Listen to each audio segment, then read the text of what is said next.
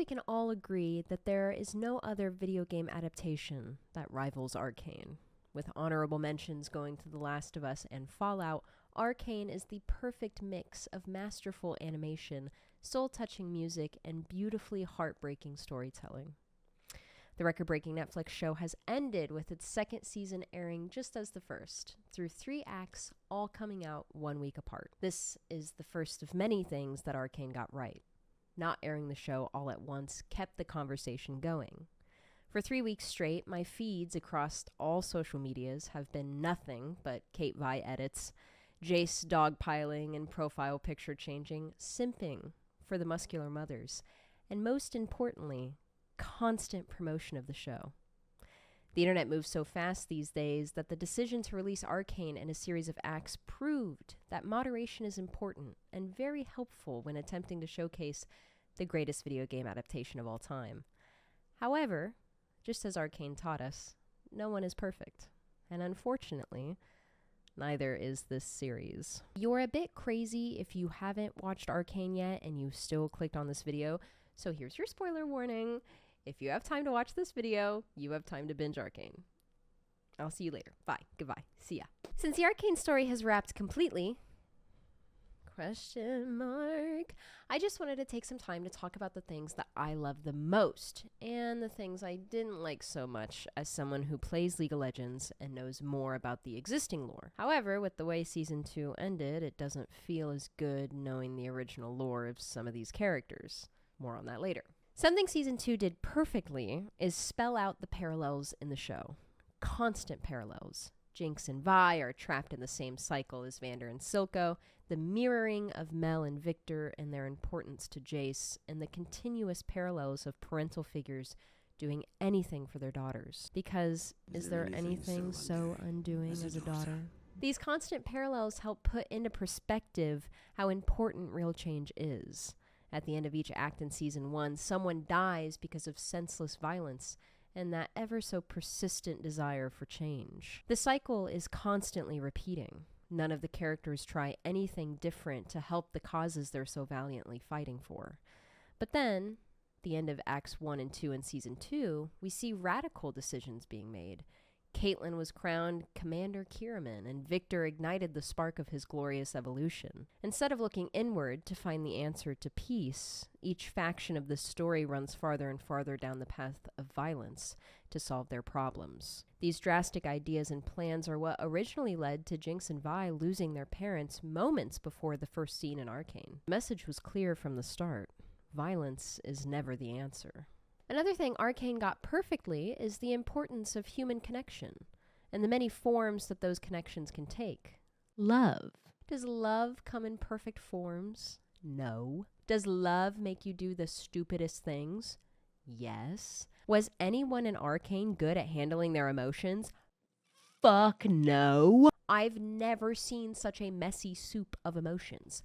From the slow burn of 2 lesbians with funky hair to whatever the fuck this is. Arcane showed us that love is a terrifying driving force that can cause us to lose ourselves, whether that's love for the cause, love for another person, or love of the game. Arcane masterfully told us multiple love stories. My favorite love stories were each involving a parent and their child. Even when Vander was fighting the wolf inside of him, it was beautiful to see that the only thing that could bring the little pieces of what was left of him out were his daughters. Unfortunately, I am siding with the mass majority of fans who are throwing out their critique that Season 2 was rushed. I agree. It felt as though too many details were being wrapped inside music videos throughout the 3 acts. Although I love the music for Arcane, I think the music sets the show apart from others. I think the music moments were used to chunk in details that would have been much more fun to experience on their own instead of in a musical montage. Isha felt like such an important character, yet she was hardly mentioned in Act 3. There were no flashbacks for Jinx to reminisce on, no statue to commemorate her bravery, nothing. Weird. And I know it's hard to wrap up such a complex story, but I truly think even longer episodes for Act 3 would have helped the story immensely. It would have been cool to see Isha sit beside Jinx in the jail cell while Silco spoke to her about walking away. I think the two most important people to Jinx were Silco and Isha, and seeing a silent conversation between the two in the end would have honored Isha. Also, just a small note, I think it was kind of weird how Vi and Kate get it on after Jinx assists. Oh my gosh. Kate Vi shippers, chillax. I just think it's weird that Kate and Vi got it on after her sister Jinx pretty much just told her she was going to go herself. I mean, I understand the significance of that scene happening in the same place where Kate and Vi met, a jail cell. But I still think this stunted Vi's character development in that moment. Vi rushed down to save her sister just for her sister to run. And after everything, Vi wouldn't run after Jinx just because Jinx told her she deserved to be happy with Caitlyn. I think Vi was cheated out of some big moments throughout the entire last act. But hey, she was still a winner. If you know what I mean. Fuck you, Maddie. Maddie, when I catch you, Maddie. Maddie, when I catch you, Maddie. No, but seriously, I think Vi got cheated out of quite a few big moments. It felt like the last act, it was like, oh, well, she gets Caitlyn. That's good enough. Her and Caitlyn are happy together now. I don't know. I just feel like Vi maybe represented more than just the lesbian love in the end. That's all. The downplaying of Echo's intelligence is something that also rubs me the wrong way. Echo and Heimerdinger were, in my opinion, robbed of screen time. Also, just a note, I don't think Heimerdinger is dead. I think he did his Yordle portal shit and went back to Bandle City. For those of you that don't know, all Yordles come from Bandle City, and Yordles use special portals to cross between Bandle City and Runeterra. When Echo is testing the limits of jumping back in time, we see Heimer almost explode. But when Heimer says goodbye, he just poofs away. No blood or anything. But still, Echo is such an important piece of this puzzle. And yet, I still don't think they did enough to show how incredibly smart he is. Victor gone, Jace gone, Heimer gone, Jinx gone. Echo is probably one of the brightest minds left in Zaun right now. Also, I saw some people wondering where all the firelights went and why Echo was all alone in the end. And the answer to that is they all died. Those last few scenes where citizens are putting paper, names into the pots to be burned, I think this is supposed to show how many people just died. That being said, I still think it would have been great to see Echo go back to that amazing tree and the murals he painted one last time. But then we wouldn't have gotten the parallel shots of him on the rooftop with and without powder. I don't think I'm ever going to forgive Riot for making me mourn Vander as much as they did. This man just kept losing at every turn. The tears in his eyes as the last few memories fade from his mind is an image that will be burned into my brain forever. In Act 3, Warwick is pretty much just this metal-killing machine.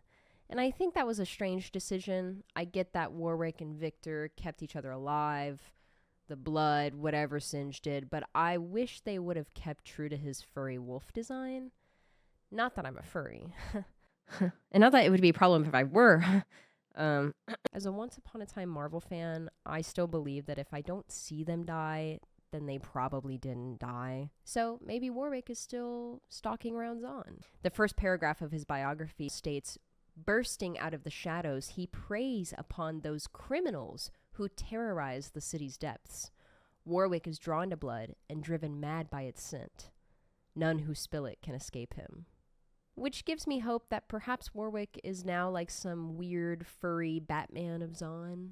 Maybe, keeping the streets clean, one rip at a time. Most people already know that Arcane broke records for being the most expensive animated series of all time, with a whopping $250 million budget. That number alone would discourage investors and producers from greenlighting a third season, but that's not why Riot is finished with Arcane. Riot said they want to explore other stories within Runeterra.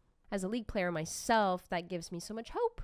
I love Arcane and the characters within the story, but my heart lies within other parts of Runeterra. There are things so much bigger than Zon and Piltover in this universe, and I'm ecstatic to see where Riot goes on this storytelling adventure. Still, the second season of Arcane was rushed. For me, it was difficult to tell if days were passing.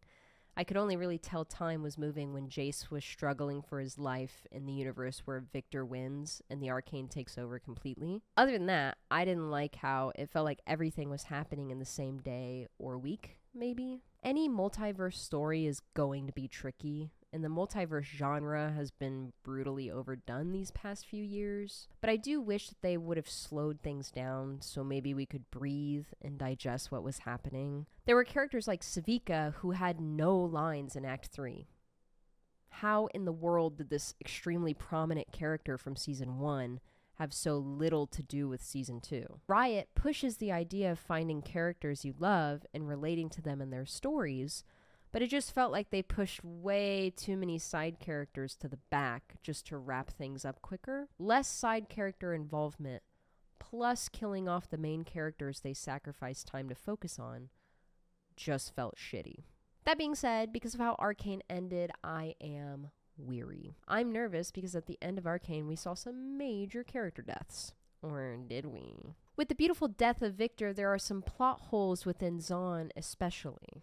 Riot announced after the success of Season 1 that Arcane would be canon within the franchise's universe. Because of Victor's death, this leaves champions like Blitzcrank's lore up in the air. Victor built Blitzcrank to help the citizens of Zon. But if Victor is dead, then who builds Blitz? Some fans are asking that Riot retcon Blitz's lore so Echo is his creator, which I think is a fantastic idea. In Season 1, Arcane showed us how they can masterfully tell new stories while also catering to the original League fan base. But Season 2 was just not as successful in this field. As a player, I feel uncomfortable with all of these champions now in the gray zone. But I think a more in-depth look at the lore changes can be saved for another video. This is more me just trying to review Arcane as a whole. I think Mel being a powerful mage is also interesting. There are so many mages in League lore.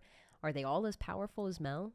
Did they all gain their powers at birth because their parents went through some kind of trial the way Ambessa did? Mel is what someone can be when they are born with the Arcane. Jason Victor kind of fabricated the Arcane, which is why it controlled them. But Mel controls the Arcane because she was born with it. During a pivotal scene in the council meeting room, we see Jace and Mel fight Victor, and Victor takes note of the golden arcane within Mel. I think this detail is being overlooked by a lot of people. Mel opened the door for so many interesting conversations about mages within Runeterra. I'm really excited to see how Riot builds on that. Singe's lore is also kind of up in the air now, although I was over the moon to see Orianna.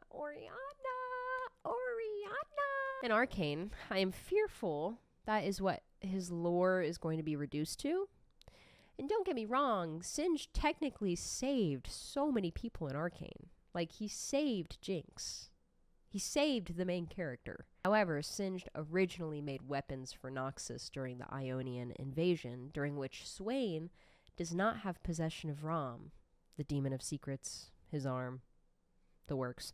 However, with the presence of Beatrice at the end of Season 2, it's implied that Swain might already be connected to Ram, which just flip-flops the timeline, throws Singe's lore into the unknown. Perhaps with the survival of his daughter, his story is now completely over. Or maybe if Riot is going the Noxus route next, we will see Singed in the next series, like confirmed. Who knows? It's very hard to create a cohesively understandable story like Arcane when so many characters exist in the timeline already. There are so many fans that already have connections to these characters. How do you tiptoe around changing them so everything works together? I don't think there's any right way to go about retconning some of these stories. No matter what, someone is going to be upset. Should Riot have kept Arcane its own thing and not canon? Or should they now build every future story around this first story? Will every future series or movie be connected to this original Piltover Zon plot in some way? Or will Riot venture off and not use the success of Arcane to dictate future stories? I'm hopeful for the latter. To be honest, I think shifting straight to Noxus and teasing it as the next plotline for the next series was an easy route to go.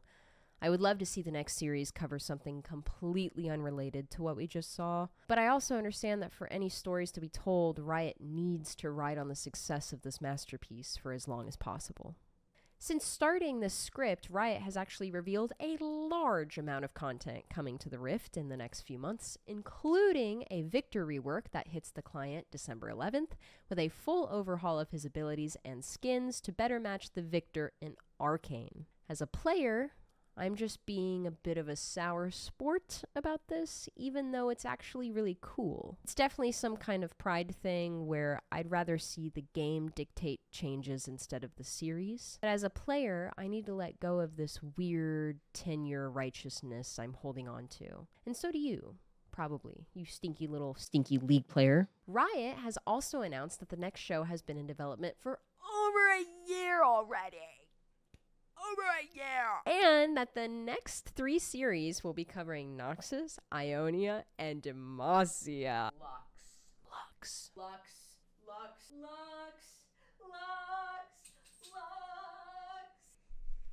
Give me my little secret mage, please, Riot. Please give me my little secret little mage girl, please. The beautiful Mel Medarda is also coming to the Rift in 2025 as a playable champion. And I just know she's going to serve so incredibly hard in the bot lane. I cannot wait to play her. But what I'm most excited about, however, is the new map. Riot just announced going into 2025 that instead of 3 splits through the year, it's now going to be 3 seasons, which I don't think is going to feel much different from splits. However, each season is going to have its own theme. So now the first theme of season 2025 is going to be Noxus, and I think that very clearly solidifies that Noxus is going to be the next region we see cinematically. All in all, I think Arcane in its entirety is a masterpiece. The shining star of this series is the animation. From the iconic bridge fight between Jinx and Echo in Season 1 to the montage of Vander's memories in Season 2, Episode 6, Fortiche Studios continues to break boundaries and smash animation norms through their beautiful techniques. The animation of this series is truly a 10 out of 10, and I hope other studios take note of how quality sits so much higher than quantity. Marvel Studios. The pacing of Season 1 feels good. With just a few time jumps, it's cohesive and easy to understand when and where the characters are. I just can't say the same for Season 2. The pacing of this series gets a solid 6.5 out of 10 for me, because I just wish they would have slowed things down in Season 2. Other 10 out of 10 attributes for this series include the character designs. The diversity in this cast is insane, with each character having their own quirks and fighting styles and emotional storylines. There's someone for everyone to love, which is the point of League of Legends. Everyone has their champion. Also, I can't think of many other series that utilize multiple musicians for their soundtracks. Arcane perfectly utilizes so many different genres and sounds for this series. Although I love the Season 1 soundtrack more, Season 2 still brought some heavy hitters to the table, like To Ashes and Blood by Woodkid and Paint the Town Blue by Ash Nico.